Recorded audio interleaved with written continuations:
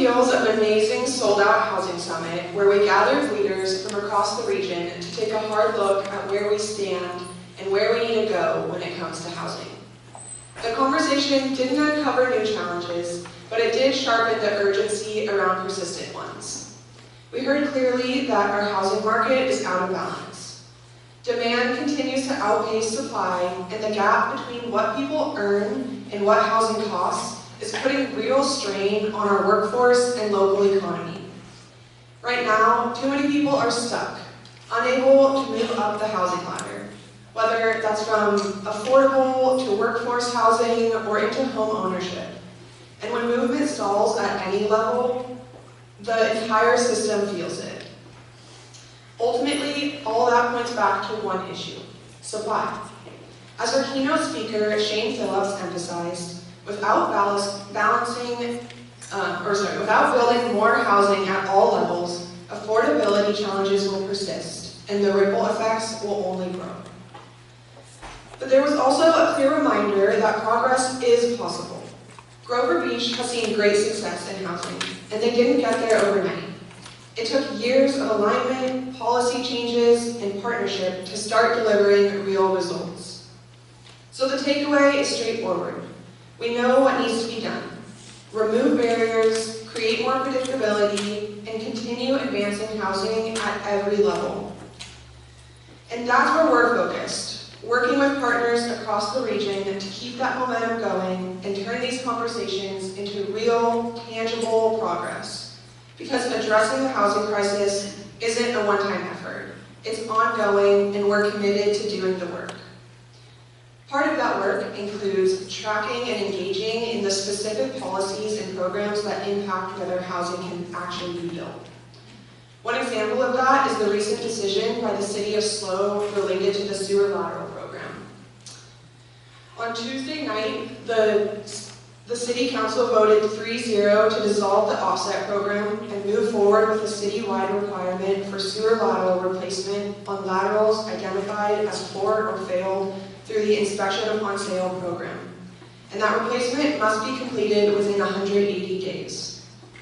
The Chamber supported the removal of the wastewater flow offset program, which required new developments to offset added demand by identifying and replacing failing laterals elsewhere in capacity-constrained areas.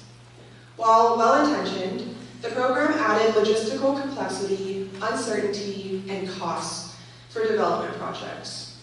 Removing it eliminates one of those many barriers we heard about at the Housing Summit, and it helps create a more predictable environment that supports getting much-needed housing built.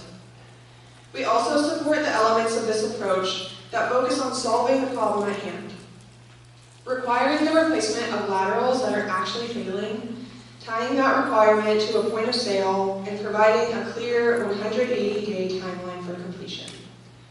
We believe that this is a reasonable and achievable approach that balances urgency with feasibility. At the same time, we recognize that required replacement is an added responsibility for property owners. But it's also a practical and efficient way to address a very real challenge, our aging infrastructure, and to ensure the long-term reliability of our sewer system. We'll continue to stay engaged as implementation moves forward, with a focus on keeping this program clear, workable, and aligned with our broader goals of supporting both infrastructure and housing. Lastly, as we get ready for the primary election in June, we have some great opportunities to meet the candidates you'll see on your ballot who are running for SLO County Supervisor. County supervisors play a critical role in shaping our region.